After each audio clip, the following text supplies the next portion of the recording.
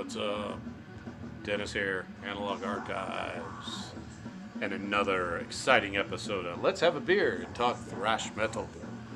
What we're drinking is the Nogginizer from Drake's Brewing. I believe this is out of, I thought it was out of San Diego or somewhere, but San Leandro, so it's actually Bay Area. Good double IPA, 9.7%. So on this video, I kind of wanted to talk about some new stuff I got in, but I didn't want to do a collection update, so I just added it into this. Plus, they're just OG copies I just happen to find here and there. But first off, let's talk about this banger, man. We got jamming. This is a band called Shrine of Scars. They're out of Sacramento, California.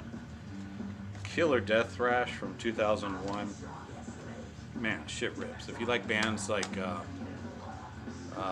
Hypnosia, Incinerator, those kind of like German-esque, like old school creator-ish, but like fucking Pleasure to Kill, Endless Pain type of stuff.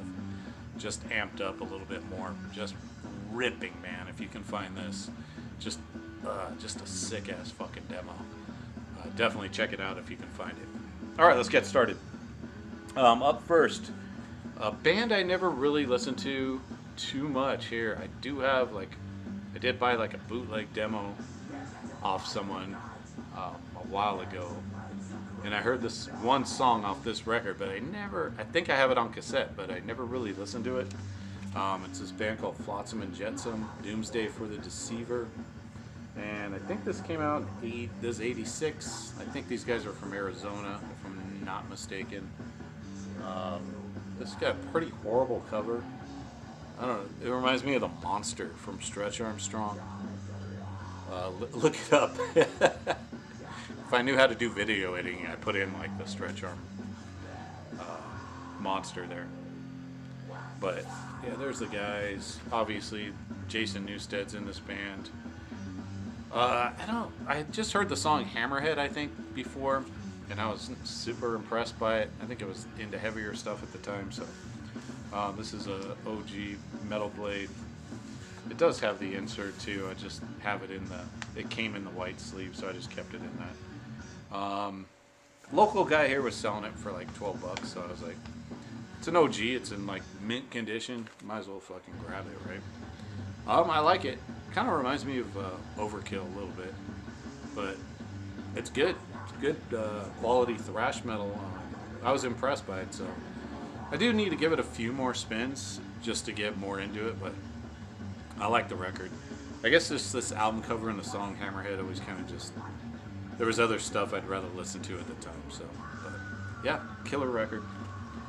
All right, up next, here's a record that's been talked about in the VC for a little bit. I think Metal Mickey and somebody else talked about it after that, and then I just happened to stumble across it like a week later. Snow White, Act of God, and this is on Road Racer. And I guess the thing here with this one is it's got the female vocals by Nicole Lee. This shit rips, dude. I have this before. I mean, I have the original cassette. But yeah. Just, I think it has it's got the old Road Racer logo on there. So that's cool. Yeah. Man, her vocals are killer on this. I do have the Snow White EP. I think it's called, what's it called? I don't know. Hail to Thee or something like that. All hail. Fuck it. But I have that and I like that. And I have this on cassette as well. But that fucking cover, dude. What is going on here?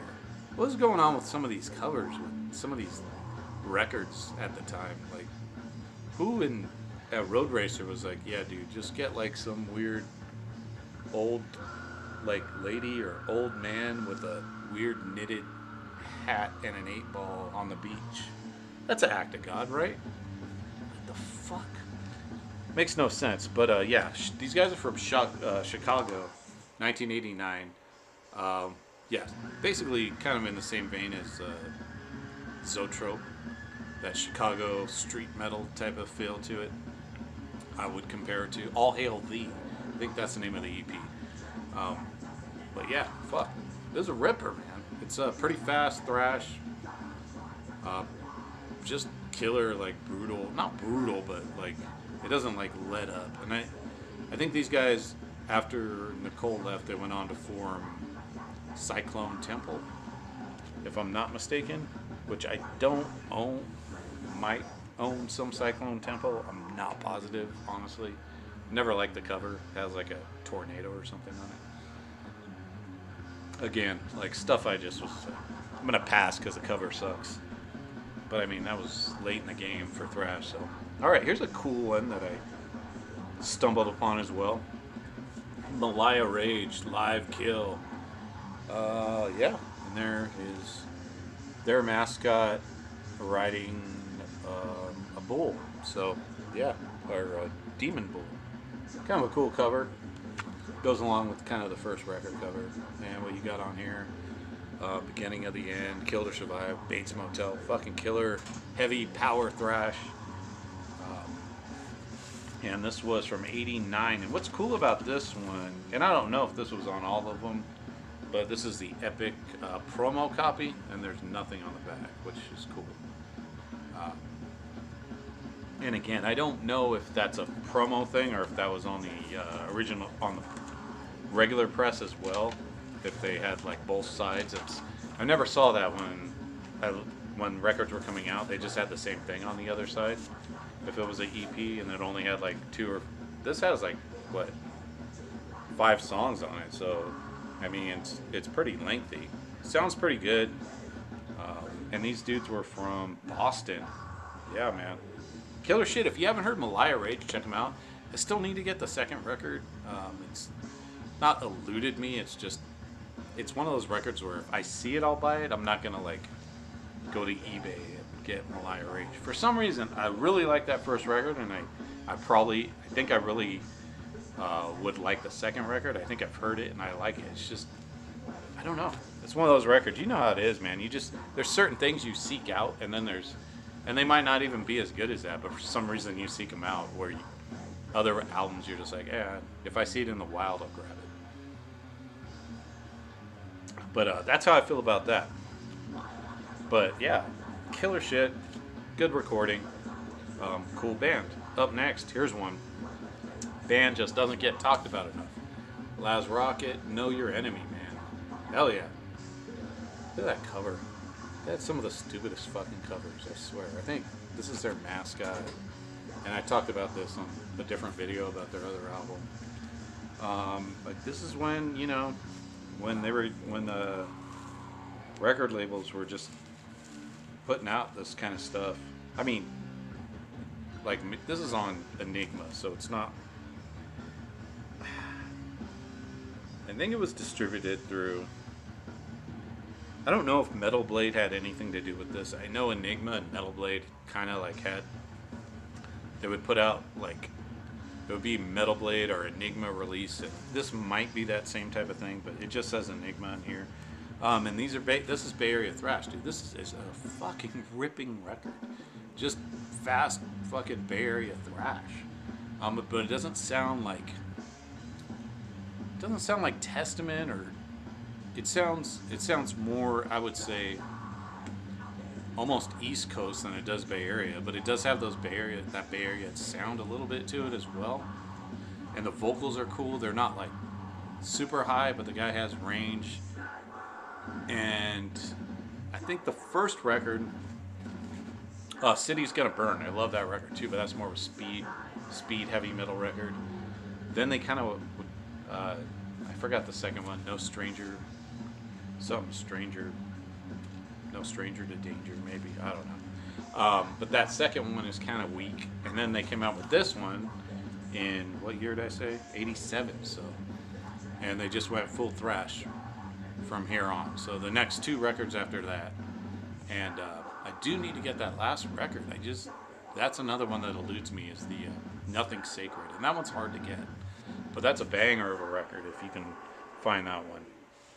All right, up next, this album, man, this is a cool record. I heard about these guys back in the late '80s, and for some reason I never saw this record. It's on a weird label, maybe that's why. But a band called Mean Streak, and this is an all-female speed metal, thrash, power metal band from New York, and this came out in '88, and it's on Mercenary.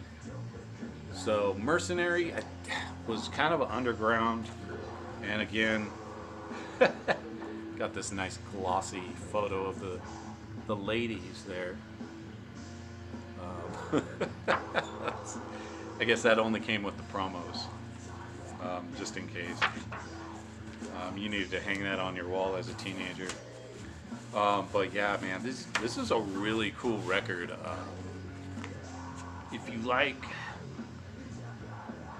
you like metal, you're gonna like this record. But it's heavy.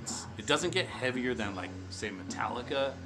Like, I mean, if you can consider Metallica thrash, I guess.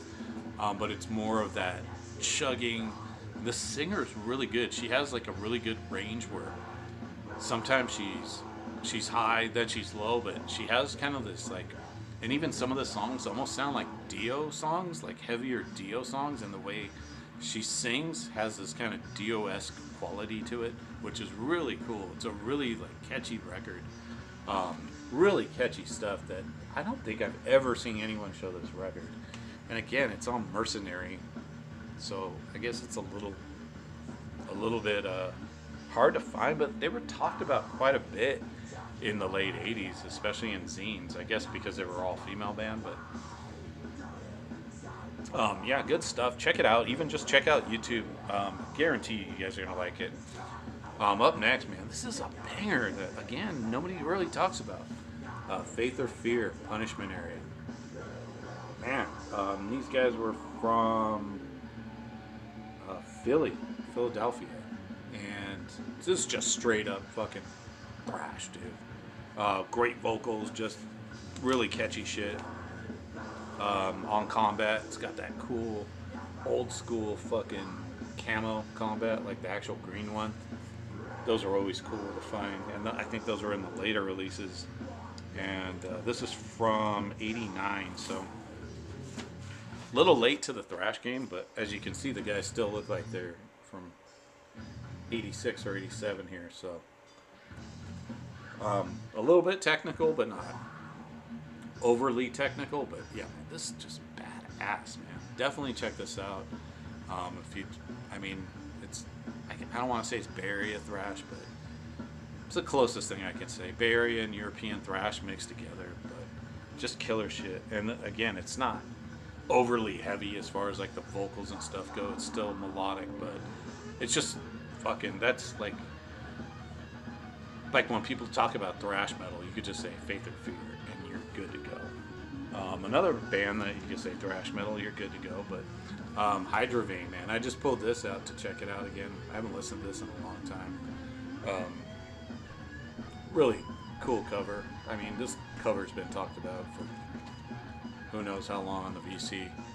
What the fuck? It's on some, I think it's hard to get because it's on some obscure label, Mean Machine. Mean Machine Records. Yeah, so there it is. Mean Machine, Hydra, OG Press. I know this has been re-released. And the cool thing about this record is it kind of starts out with Raining Blood. It starts out with the part in the middle, like the bridge.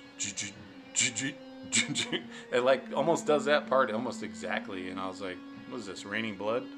But yeah, it's cool. And then it just goes into, like, more brutal thrash. So I think more German, European thrash, fucking speed. More German, I would say, more Teutonic sounding, but vocals they don't sound specifically like anyone. But yeah, man, this is badass. And then the second record was cool too. I'll show that in a later video. We'll talk about that one. Here's another cool one I don't really see people talk about. Again, I found the Hydra old. but I just found this one recently. Midas Touch, Presage of Disaster. This is on Noise Records, and this is another really cool thrash record that's more technical for sure, but I don't know. It's hard to say because sometimes you say technical, and people are like, I'm not gonna. It's not technical like that, but it does have. It's just not like. It's not like. Well, I'll talk about them in the next one, but I guess it doesn't have like super screaming vocals or anything like that. And these guys are from Sweden, and kind of a weird. I'm trying to think. 89. This came out in 1989, but it has like just a cool sound to it that kind of puts it by itself. Like a lot of these records that I'm talking about, they're not like, oh, this sounds like so and so. That's why it's hard for me to like give you descriptions. These albums kind of that I'm picking are more by themselves as far as like they sound like that band, if that makes sense. But yeah, more on the technical side, but really cool rhythms, just really killer like musicianship and everything on this. Killer shit. I had that already on cassette, but it was cool finding it on vinyl, picking it up. All right. This next one, man. Here's one for you guys that like technical thrash. This is Arcane with Destination Unknown. And there's the guys. Look at that hair, man. This guy, what's he doing? He's doing his best World Dane or something. Yeah, super technical, progressive thrash, man. I love this album. It's so fucking killer, man. And this is an OG on Wild Rags record. It's got a little insert. Hell yeah, look at it. We got some Annihilator from Texas right there. Some Nada, some Bloodcom, Infamous Symphony. What else is in here? Just some promo shit. Just a little slip. But yeah, really killer vocals on this. I mean, what you're getting here is progressive technical thrash, man. And it's played perfect. No one ever talks about this record. Check it out if you're into that kind of stuff. I mean, I definitely have to be in the mood for something like this. But when I am, I fucking reach for this record because it fucking just rips, dude. If you like bands like Toxic or something like that. But again, I don't want to say, because Toxic has those annoying vocals. This does not have that. Check it out. Here's another one. Not mentioned very much. C.I.A. in the red. This is Glenn Evans from Nuclear Assault. It has Dan Lokler and Anthony Bramante on it as well. So it's basically Nuclear Assault with Glenn Evans on vocals. And what you get here is basically a more thrashy Nuclear Assault mixed with Motorhead. I think his vocals sound like a little bit like Lemmy, so it gives it that kind of Motorhead feel. But yeah, there he is. I don't know what the fuck. What is this? Like some sort of weird, and this is brand new. I honestly just opened this the other day. It was sealed, so I have the CD, so I had heard it before. But yeah, nobody talks about this one, and it's got a stupid fucking cover, and it came out way too late. Oh yeah, Arcane, I forgot to say, was from 1990, and they're from Texas. And then C.I.A., obviously, they're from New York, and this is, I want to say 90? Yeah, 1990. So what you're getting here is basically, like I said, if you like Nuclear Assault, Motorhead, you probably like this. Or if you just like thrash. Here's another classic, Up From the Depths. Some German thrash. Exhumer, Possessed by Fire. Man, this is such a fucking killer record. And this is on Disaster Records. Oh yeah, the C.I.A. is actually on Combat. I want to see, let me check it out. I want to see if that C.I.A. has those camo logos on it.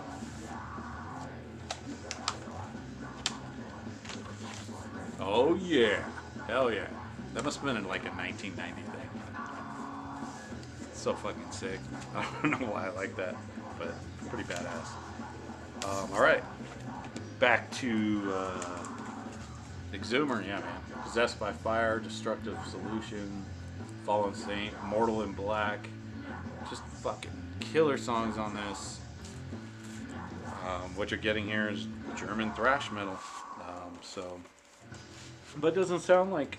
I mean, I guess closely it could be compared to like Sodom, but it kind of has this hint of almost like a South American style to it for some reason.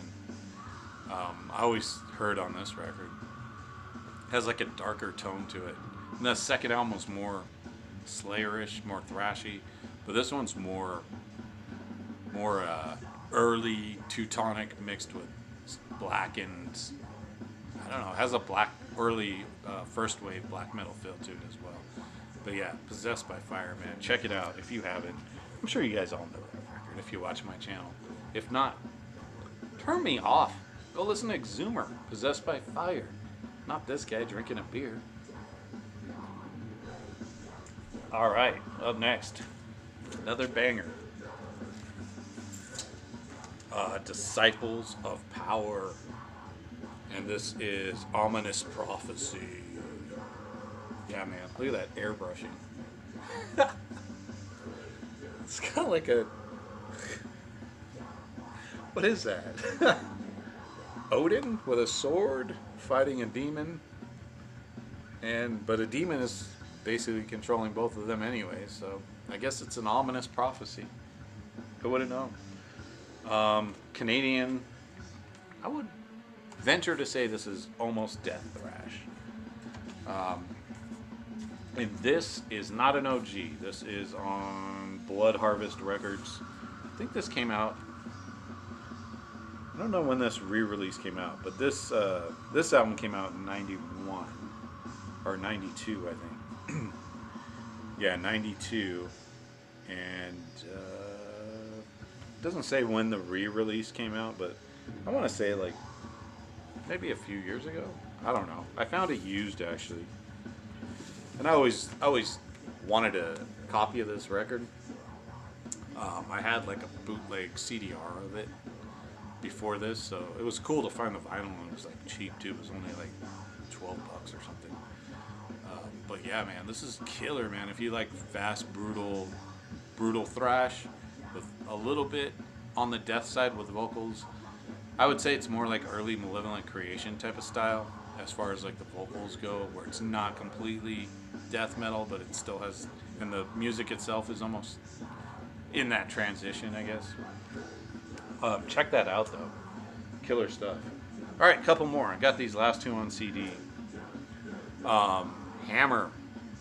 These guys are from Poland. This is Polish thrash, and this record is Terror, and this was was recorded in 1990, released in '91 with Polish vocals, and then it was re-released in like '92 with English vocals. So '91, '92, these came out. This version is just the English version, and it had a different cover too. I wanted to see if they had the original cover in here. This is a re-release on, it's kind of a weird label too. Awakening Records from 2021. So I had the other Hammer, the Sherman one. So I wanted this one too, and this is killer. This sounds a lot like Destruction. I would say it has a lot of Destruction in it, but it doesn't just sound like Destruction, but I can definitely hear some Destruction influence on here. And then it kind of has some here and there parts where it's like, you could tell it's 90s. Not like groove metal or anything like that, but just stuff that's a little inconsistent for the record, I guess, but it's still a banger of a record. But then it has a Inside Looking Out, which is a Grand Funk Railroad cover. Fucking just ruins the pace of the record, and you know how I feel about covers on records, and that one just sucks. But yeah, check this one out though, and their first one too.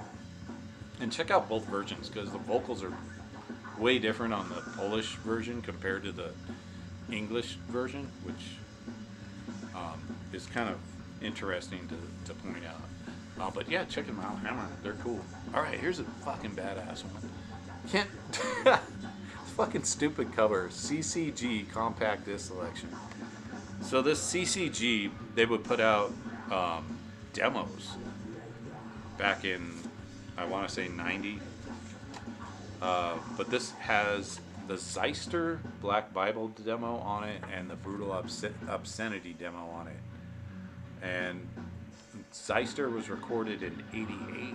I think the Brutal Obscenity was 89. I think it came out at almost like the same time or right after the full length, the Brutal Obscenity. And if you haven't heard Brutal Obscenity, the vocals a lot sound like Agnostic Front. Kind of a crossover thrash band.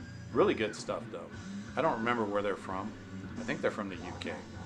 I know Zeister's from the UK.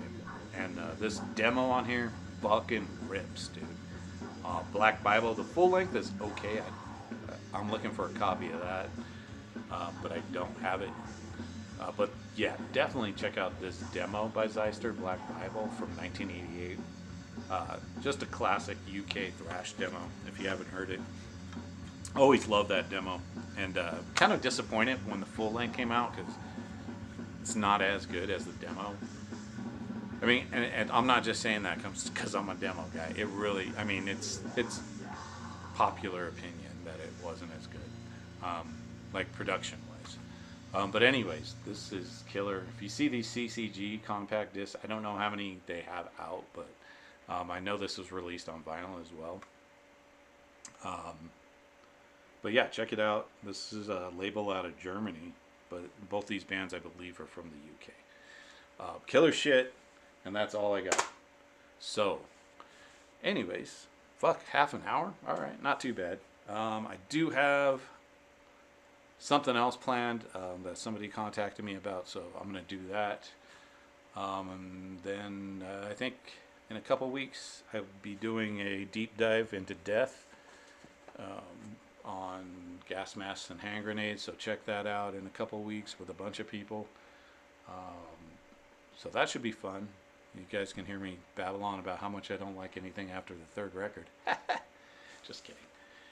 Maybe. We'll see. Anyways, alright guys. That's it, and I'll talk to you soon.